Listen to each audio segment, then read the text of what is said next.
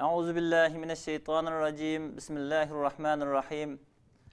Elhamdülillahi Rabbil alemin. Vessalatu vesselamu ala eşrefil enbiyai vel murselin. Ve ala alihi ve ashabihi ecma'in.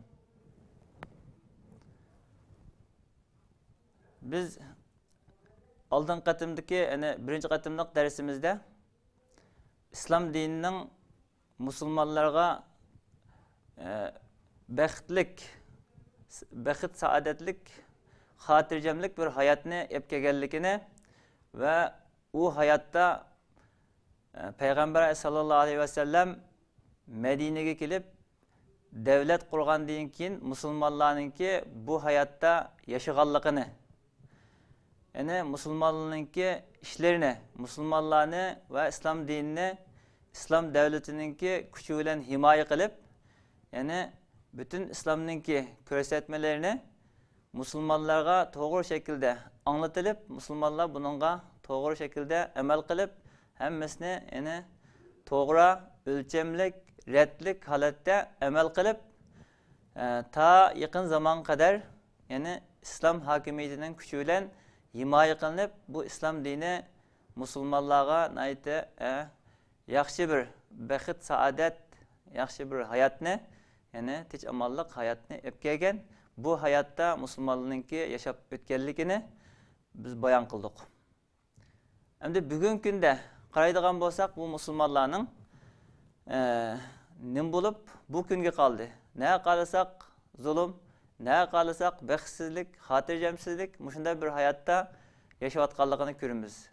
Müslümanlar şunda yaxşı işlerini qilib baqidi, yaxşı işlerini qilganligini körümüz.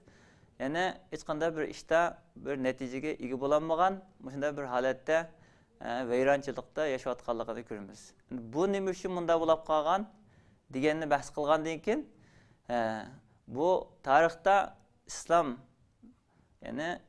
musulmonlarga islom dini yetib kelib, musulmonlar bu islom dinini tutib, amal qilib, hozir yaqin zaman kadar shunda to'g'ri baxt, saadetli yaşap, yakın zamanda 100 yıl, 150 yılının boyanı bunda haletki kep kılışı, Müslümanlar İslam devletinin, devletinin güç, hakimiyetinin güçüdün, İslam'ın himaye kıldığan, Müslümanlığın himaye kıldığan, güçten ayrılıp kalgandan keyin, taraf-taraftan dünyadaki kafirler Müslümanlığa hücum kılıp, öz vaxtida Osmanlı hilafetininki ahirki zamanıska kadar hiç qanday güç, qurallık güç bilen İslamga kafirlik karşı duranmagan.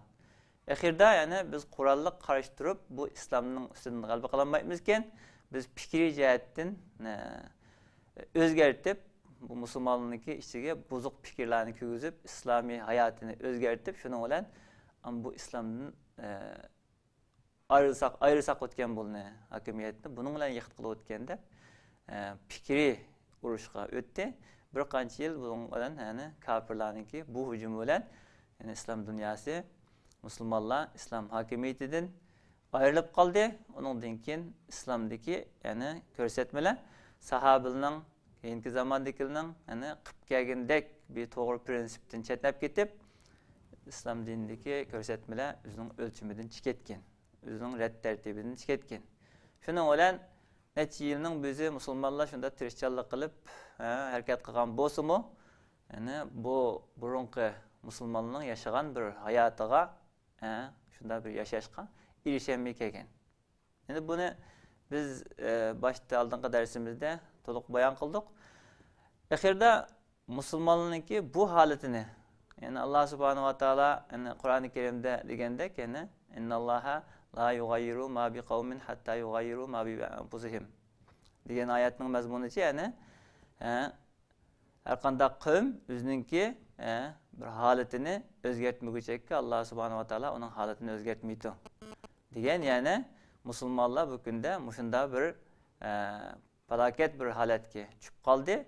Bu holatini yaxshi bir holatga o'zgartishga urinsa, Allah Subhanahu wa Taala buningki ahvolini yaxshi bir holatga özgertip koydu degan bu ayetninki mazmuniga asosan Müslümanlar nereden başlap qaysi ishni qanday shaklda qilsa bu natijaga erishadiganligi haqida yani keyingi olimlarning burungi zamonda endi islom hokimiyati bilan nurg'un ishlar to'g'ri tuzgun bo'lib kelganlikdan endi bu haqda kitob yozilmagan yoki bu haqda tushunchalar o'z vaqtida olimlar bilan berilgan, ammo kitob materiallar qoldirilmagan bo'lsa-mu, keyingi zamonda buningga ehtiyoj bo'lganlikdan musulmonning bu ahvolini ko'rgandan keyin yangi olimlar yetishib chiqib buningga ataqliq olim doktor Yusuf Qarzaviy bu haqda izlenip musulmonlarniki yani ang seviyesi, düşüncesi doğru bolsa, emeli şunun qarta doğru bolsa, yani İslam'ınki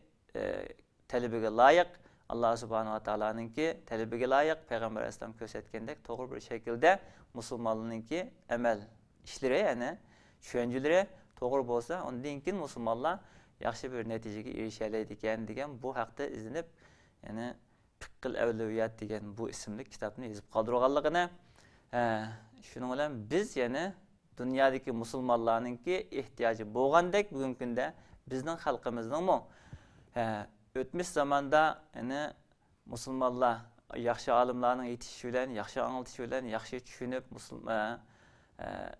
islom dinining ishlari yani to'g'ri shaklda qilinib kelgan bo'lsa-mu, shu 50-60 yilning bu yani Xitoydan iborat bu kafir bizning yurtimizni ishg'ol qilib olgandan keyin bu islomdagi o'lchamning, yani ish tartibining buzib ketganligi, islom fikrining o'zgarib ketganligi, musulmonlarningki har jihatdan yani islomni tutish yo'llariga, yani islomni tutish,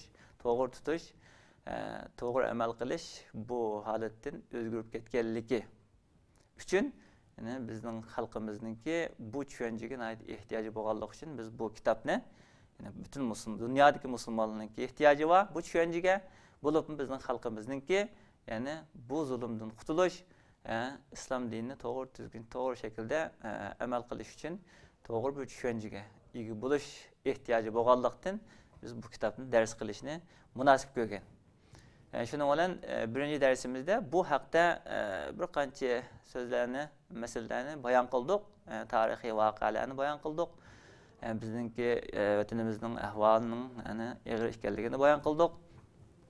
Şunun bilan yani bugungi dersimizde yani islom dunyosidagi o'lchamning buzilib ketganligi uchun yani musulmonlarning qilmishlari qalaymikan bütün musulmonlar yaxshi ish qilgandek ko'rinayotgan, hammadan o'zininki yaxshi qilgan ishini men yaxshi qildim deb shunda tushunchada ketayotgan, ammo o ishning oxirisidan yaxshi bir natijaga erisholmagan.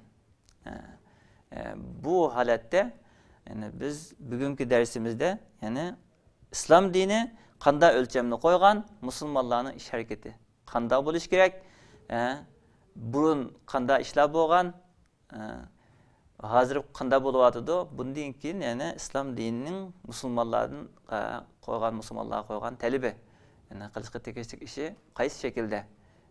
Buningga yani oyatdan, hadisdan delil kelib turib, delil asos bilan yani bu masalalarni biroz bayon qilmoqchi. Yani islomdagi amallarningki o'lchimini Qur'oni Karimda qanday belgilanganligi, o'z vaqtida qanday bo'lganligi, hozirgi zamonda qanday qilishning lozimligi ekanligida tushuntirmoqchi. Bugungi darsimiz bu.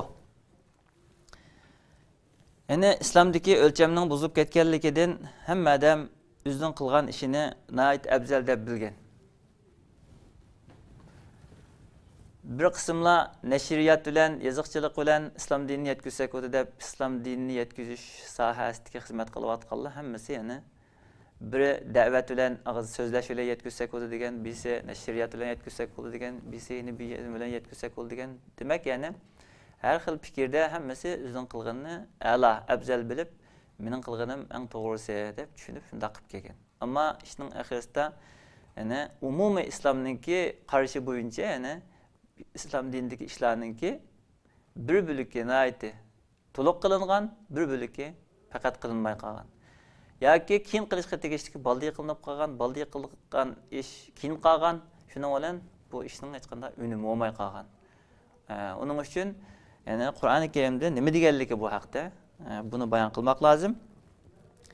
Alloh subhanahu va taolo Qur'oni Karimda Sure Er-Rahman'da وَالسَّمَاءَ رَفَعَهَا وَوَضَعَ الْمِيزَانَ أَلَّا تَطْغَوْا فِي الْمِيزَانِ وَأَقِيمُوا الْوَزْنَ بِالْقِسْطِ وَلَا تُخْسِرُوا الْمِيزَانَ. Allah subhanahu wa ta'ala asmanını igiz yarattı. Üstün kötedi. Ve ölçemini koydu. Yani Allah subhanahu wa ta'ala asmandaki bütün kainatlarını, yani ay, gün, yıldız, katarlık bütün nesillerini insanların menfaati için hizmet hissetmedi. Bunun için bir ölçemini koydu. Şu ölçem bilen hareket kıldı. Hemmizge bir sizik sizip verdi. Özünün siziği boyunca hareket kıldı. İnsanın menfaatine hizmet kıldı. Allah'ın sizip vergen kanunu boyunca, koyup vergen ölçümü boyunca hareket kıldı.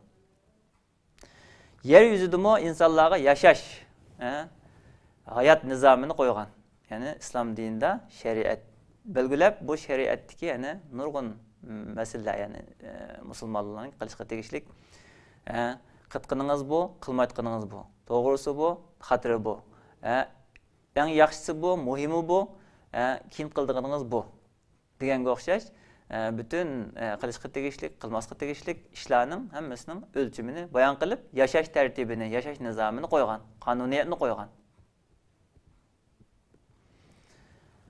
Xuddi Allah'ın bütün mahlukları Allah'ın kanununa boysungan halda insanlığa hizmet kılgandek bu dünyadaki insanlığımı Allah subhanahu wa ta'ala yani bu insanlığını yeryüzüne avat kılıp bana ibadet kılsın.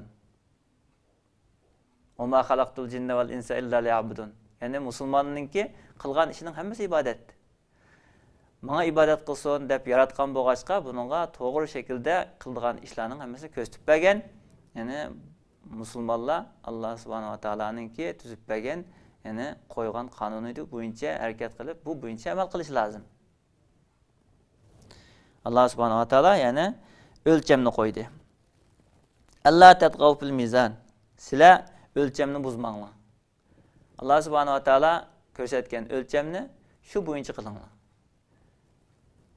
Yani kılışkı zürül boğanını Allah subhanahu wa ta'ala bunu zürül degen bolsa onu baldi kılınla. Yani kin kıldığanını ondan kin kılınla. Yani çoğunu çoğun biliş, kiçigini kiçig biliş, yani savabı katta boğanını katta biliş. Yani Allah subhanahu wa ta'ala yaşaş hayatı da kanda ölçem koygan bolsa şu boyunca yaşanla, sizler ölçemini buzmağla. وَاَقِيمُ الْوَزْنَ بِالْقِسْطِ. Sizler ölçemini doğru kullanınla.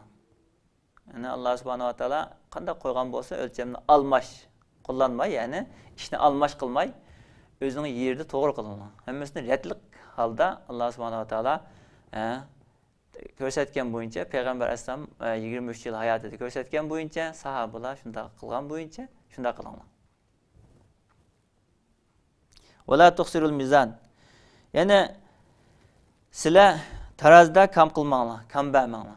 Yani algı vergülük muamele işladı mı? Yani bir ölçem var. Yani bu ölçemde kam kılmağla. Tuluk ölçemge yetkizip kılınla. Yani kaydıgan basak dünyanın hem yerde adalet idaresinde, adalet mehkemesinde tarazının resimini koyup kaldık. İki tarafi tank tekegen. Yani adalet degen bu. Yani iki tarafını yani bir tarafı besip ketmey, naiti adli bilen, toğurluk bilen hakimiyetini suraymaz degen bir mananı ifade kıldık okşaydı. Yani onun içinde o hüküm toğru Allah'ın talebine uygun şeriat gözetmesi boyunca bomusu mu de? Nurgun zulümler dünyada yüz bir vardı da hazır. Yani toğru bomusu ama bir toğru kıttık degen bir şeklini resimini olsun çaplap koyalım. Ama bizim hatten de kaydıgan bolsak o adalet degen nersinin ismini muhkulamaydı. Onda yerde onun resmi yok, eşimiz yok, sayısı yok hamdi.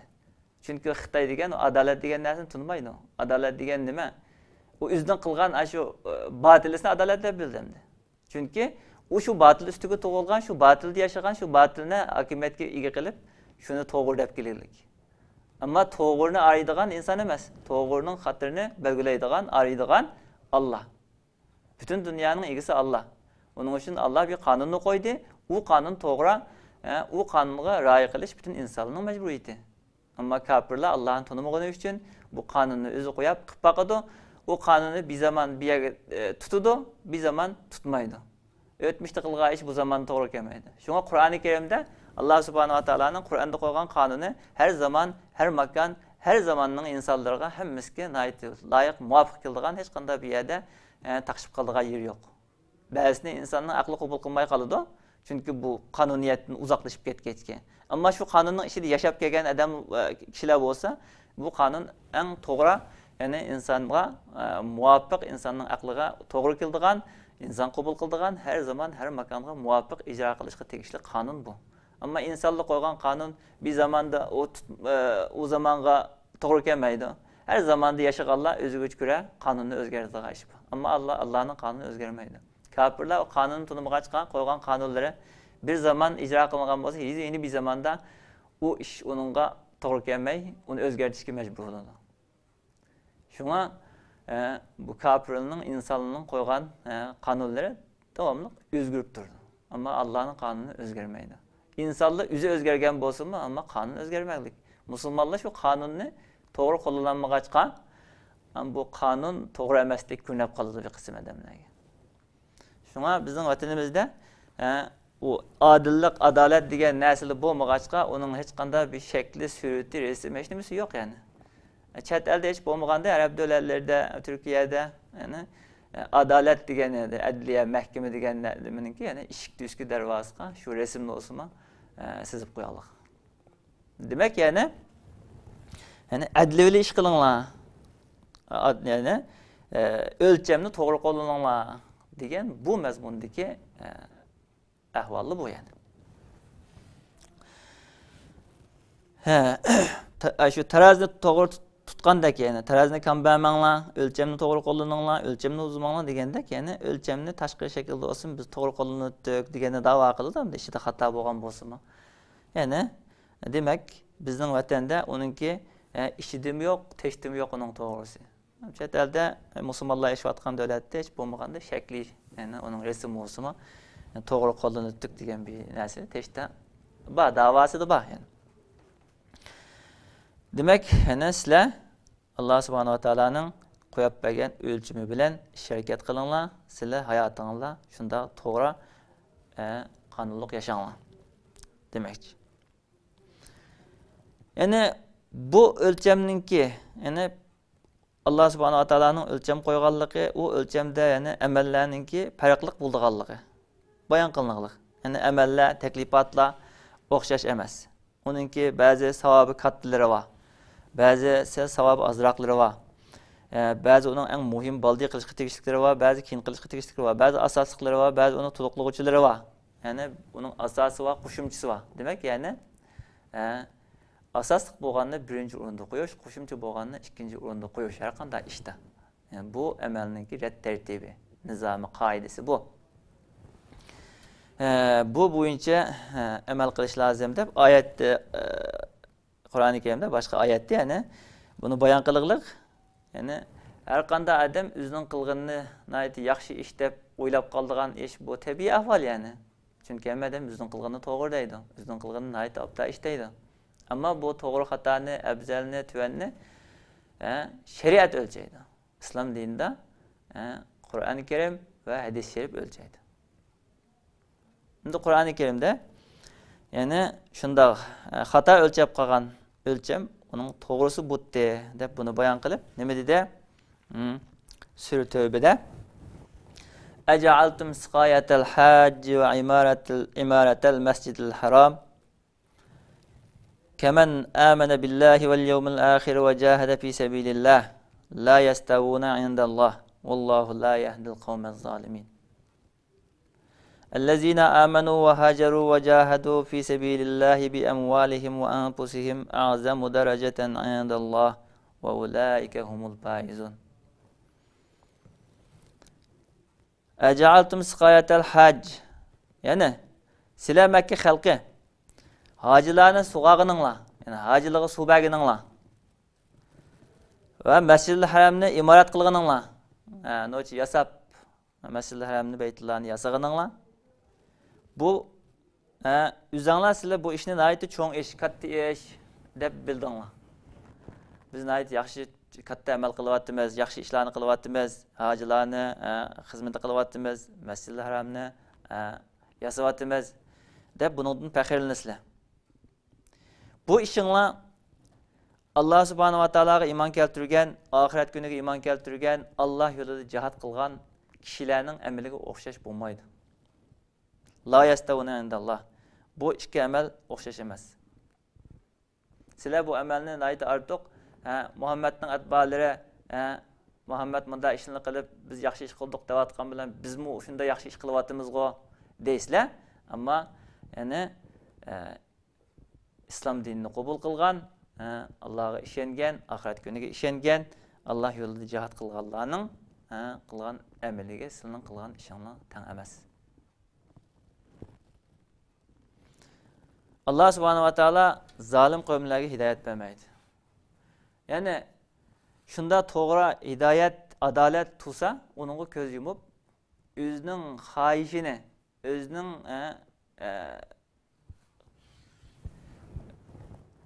xalıqını qilish arzusu bilan Allah'ın qonuniyatiga bo'ysunishni, Allah'ın qonuniyatiga amal qilishni izdimagan, onu xalamagan kishilarga Allah subhanahu wa ta'ala majburlab bu hidayatni tanmaydi.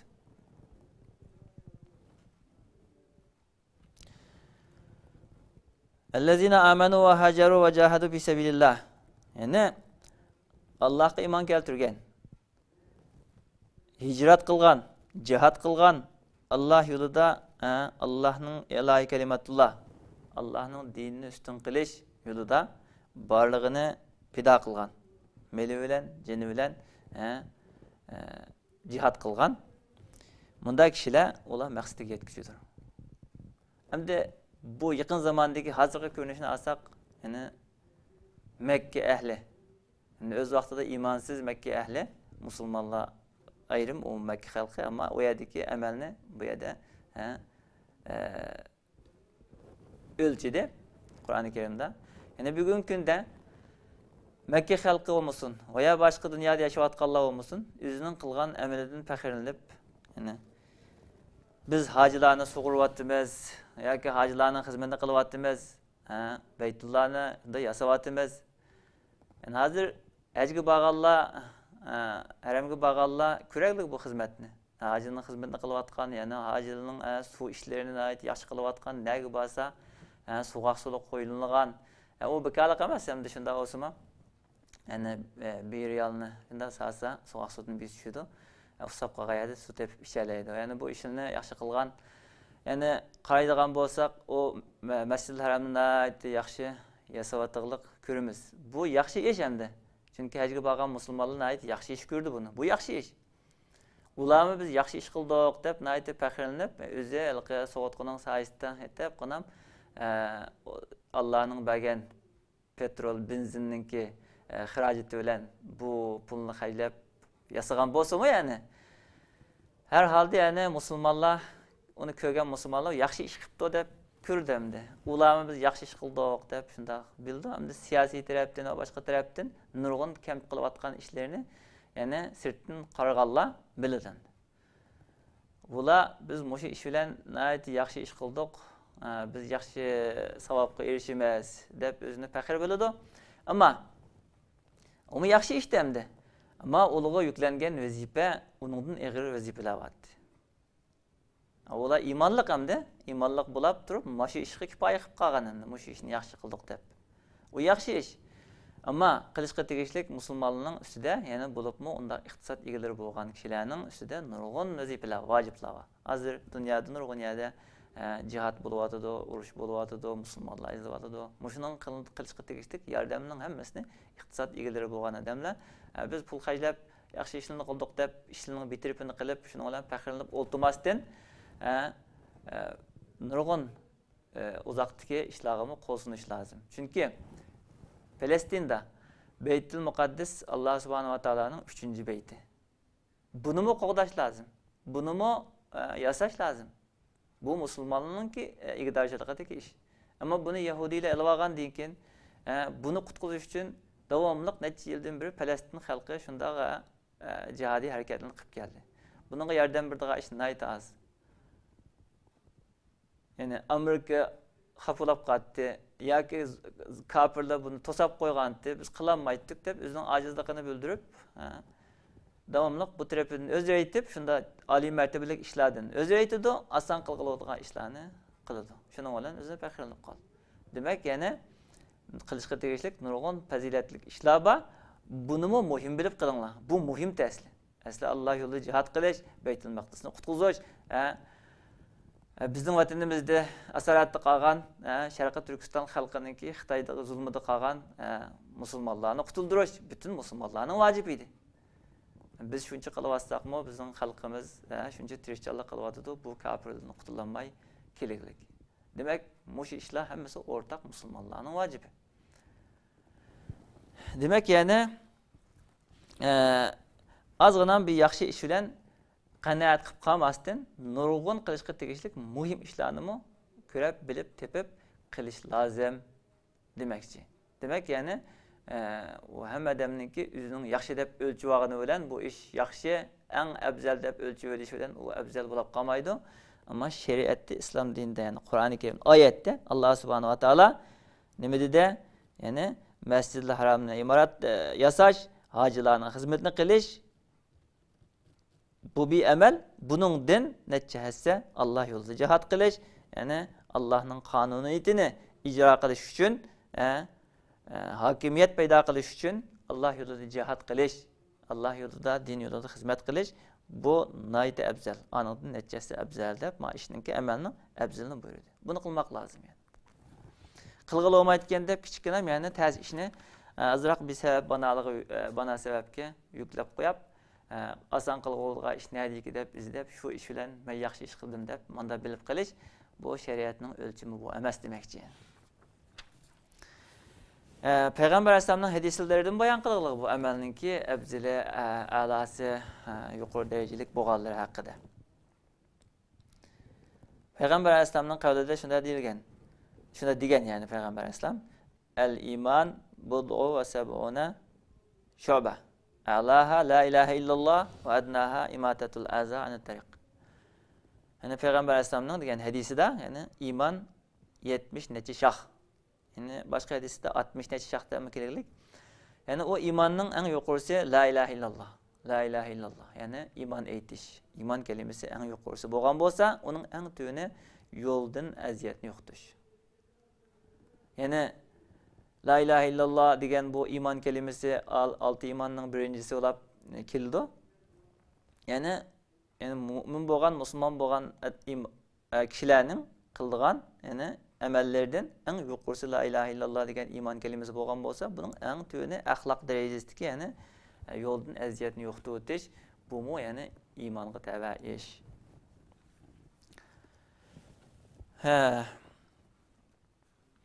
Sahabalar amalning afzalini qilish haqida shundoq tirishdi, so'raydi Peygamber Aleyhisselam. Normalda bir qanday inson dunyodagi ishni, dunyolik ishlarni, yani afzalini qilish, foydaligini qilish haqida o'zi izlanadi aqli bilan. Yani tijoratchi bo'lamdi, boshqalar bo'lamdi, ish qilib yashashda ishning aslini qilish, yani az jafo bilan ko'p foydaga ega bo'lish uchun har qanday bir aql egasi buni aqli bilan biladi yoki tajriba bilan biladi. Masalan, bir ishni qilib baqib, uni qilib baqib, buni qilib baqib, uning foydali bo'lganini qildi. Eng foydasi chiq bo'lganini. İslam dinida bu, yani hamma ish o'xshash emas, eng foydali qilmoq, boshroq foydasi bo'lgan deb hammasini, yani buningki o'lchamlarini deb bildik. Shunga imonning yuqorisi la ilaha illallah bo'lsa, eng tövini yo'ldan aziyatni yo'qotish qadar shunday farqlar demekçi. Şuna bu amalning afzalini izlab sahabalar shundoq so'rashdi. Peygamber Aleyhisselam'dan so'rgan nurg'un sahabalar bu masalada hadis keraklik. Amr ibn Şa'b Amr ibn Abbas radıyallahu an qala rajulun ya Resulallah mal İslam. Yani hadisni oyoqqa chekka, oxirga chekka, tarjimasini qilay. Bir kishi keldi Peygamber Aleyhisselam'dan sordu. Ya Resulullah, İslam degan nima deb.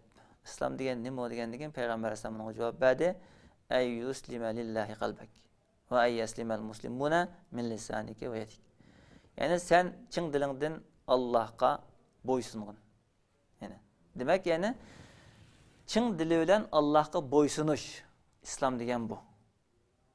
Çın dili bilen boysunuş. Yani bazı yerde ayıptın kokap yoki mecburiyetten kokap bazı İslamda set duramtiki musulmançılık degendek bu türüpünden kokap kılış emas. Yani Allah subhanahu wa ta'alaga çın kalbiden boysunuş. Her kanda tarafta. O işinin eğri olsun, yengili olsun, çoğu olsun, küçük olsun. Yani demek Allah subhanahu wa ta'alaga tamamen teslim oluş. Yani arkandak musulmanlar, barlık musulmanlar o kişinin, yani musulman bolgan kişinin tilidin ve kuludun eziyet geliştiğini saklanış. Yani musulman bulap durup yani ahlaksızlık demek yani gayvet şikayet ve başka her türlü tilidin kildigan, kuludun kildigan eziyetini başkalarına kılıp yaşaydıgan bazı bir kısım musulmanlar var. Yani bu İslam'ın ahlakı yoki İslamiyet emas. Yani İslamiyet nime başkalarga o'zi yaxshi ko'rganni boshqa yaxshi ko'rish deganga o'xshash, ya'ni boshqalarga foydali ishlarni qilish. Bu islomninki ko'rsatilishi bu. Ya'ni uningdan keyin iymon degan nima? Deganda payg'ambar alayhisalom yani İman Allah'a işiniş, malaikelerge işiniş, kitaplarga işiniş, Allah'ın peygamberge işiniş, ölgenden keyin tirilishga işiniş deb bunu bayan kıldı. İman. Yani bu iman. Endi mushu imanning qatarida yani nurg'un ishlar var. Endi bunun yine abzili qaysi degandan keyin hijrat. Hijrat demek yani Allah işinin deganga ishongandan keyin hijrat demek bu yerdeki manada yani yamanlıkını terk ediş. Yani ben mümin, musulman deyip durup bütün Allah toskan işini yoki musulmanlığa zararlılık yani xatarlik işlerinin hemmesini kılış bu musulmanlık imanlık emas yani. Yani hata işini terk ediş bu imanınki yani işin işki tegişlik işlerinin aksıtırlığı iş. Ondan keyin nemo cihat.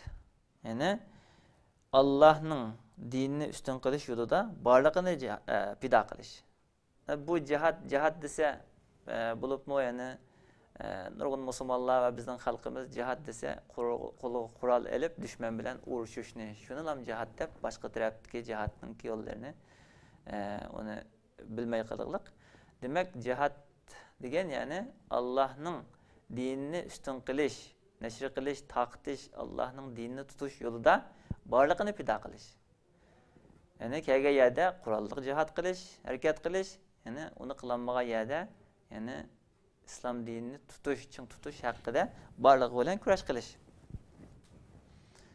Mesela İslam dinini başkalar tatip alaman dep Xitayla bizning vatanimizde İslam'ını yo'qtiman, musulmonchilikni yo'qtiman dep bizden karşı biz musulmonlarga zulm qilayotgan bu holatda buningga kuchining yetishi qarshi turish bu cihat yani.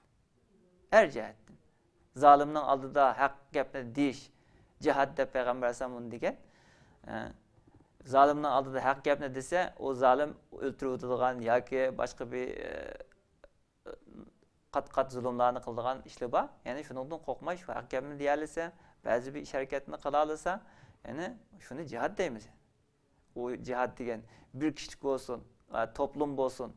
Demek yani haq ustida turib bununla kelgan qarshiliqdagi eziyatga sabr qilib, shuningda tik turish bu cihat yani. Cihatning türleri jiq. Demek yani kuching yetmagandan keyin jim o'lsang olmamdi. Yani bu qulchi yashash. Ba'zi bir temsil var yani sen kuching yetmaganga shuk oldu.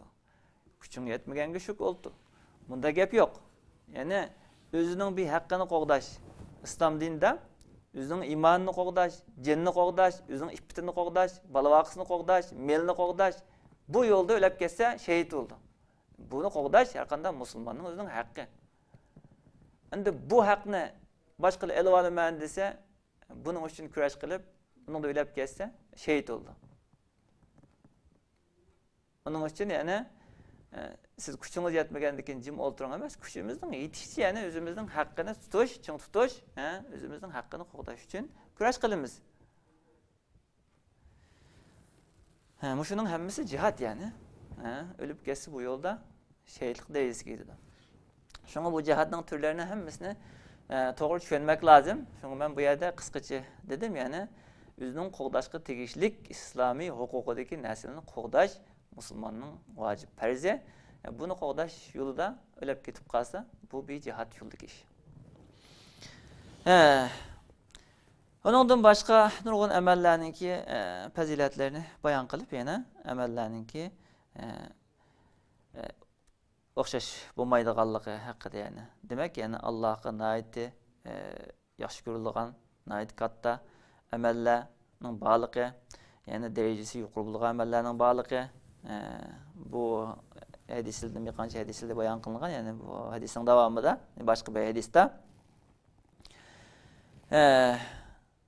salatul jamaa tabzulu salatul faz bi 27 derece. Yani cemaat bilan qilgan o'qigan namoz, yolg'iz o'qigan namozga 27 derece ortiq bo'ladi savobi. Buni bayon qildi. Undan boshqa, yani puli yo'q odamning bir pul xayjishi, puli bor odamning 100 pul xayjishidan ortiq fazilati. Masalan, bir odamningki nayt yo'qsul, aran 2 puli var, o'zining ehtiyojiga yetmaydi. Şunun bir pulunu şunda qiyinchilik kunda Allah yo'lida sarf etgan bo'lsa, milyon pulusu var bayla bir bölükünü sarf etgandan yine afzal. Çünkü onunki sani miqdori az bo'lgan bo'lsa-mu, bu yani nayt o'zining ehtiyoji batırıp sarf etganligi uchun. Ayni birisininki yani o ihtiyacını eşip qolgandan keyin eşip tashib ketgandan keyin sarf etganligi shunga derecesi shunda farqli bo'ldi. Ondan başqa ribatu yawmin va laylatin xayrun min siyami shahrin va qiyami. Bu hadisda yani bir kecha kunduz cihatga tayyorlik qilish, cihat uchun tayyor turish, yani bir ay kunduzi roza, kechasi ibodat qilgandan afzal. İnne makam ahadikum fi sabilillah afzal min salatihi fi beytihi 70 amen. Yani Allah yolunda kurash qilish, Allah'ның dini uchun kurash qilish yo'lida sizlarning biringizning tug'ini, yani 70 yil uyda namoz o'qigandan afzal.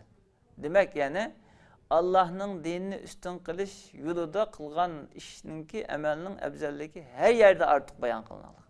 Nimishqa?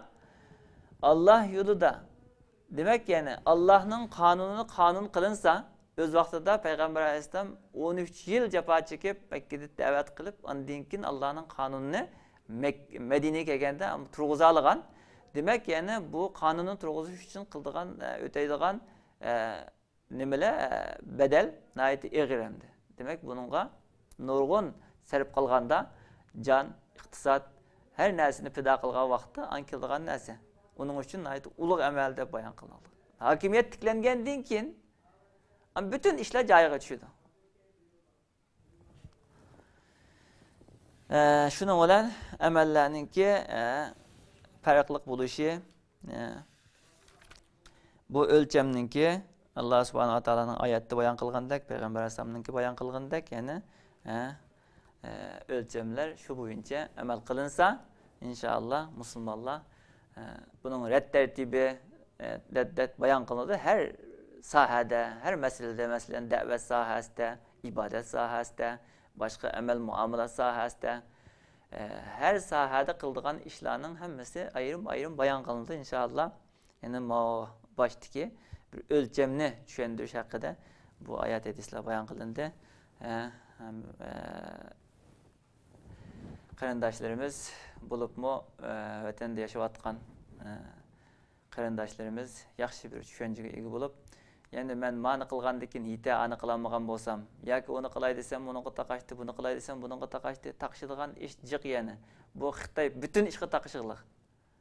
Bu kafir yutumizga kelgandan boshlab bizning bütün ishimizga taqishliq.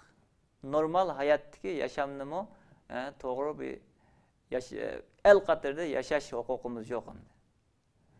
Endi bunun hemmini qilib qo'ymadi yoki qilolmadim deb tumasdan imkonning bericha kuchimizning yetishicha tirishchanlik qilsak biz qilaligimizni qilsak, qilolmaganimizni kuchimiz yetmaganini Alloh bir kuni bizga g'alaba ato qilsa, o vaqtda qilish fursatiga ega bo'lishimiz mumkin. Alloh subhanahu va taolodan yana zulmning ko'tarilishi, kofirlarningki mag'lub bo'lishi, musulmonlarning g'alaba qilishi, hamma ishning to'g'ri tuzgun bo'lishi, islom dini hokimiyat kuchiga ega bo'lishi uchun Alloh subhanahu va taolodan hammadan tilaymiz. Alloh subhanahu va taolo hammalarni muvaffaqiyat ato qilsin. Bu haqda dars qilgan kitobimiz Fiqhul Avliyat deb men buni o'tgan ko'rsatgan. Buning tarjimasini ko'rsatgan. Tarjimasi bu. Vatanda tepilishi mumkin. Agar o'qib kitobdan o'rganay deydigan bo'lsa, bu kitobni tepib o'qib foydalansa bo'ldi. Va oxiru da'vana alhamdulillahi robbil alamin.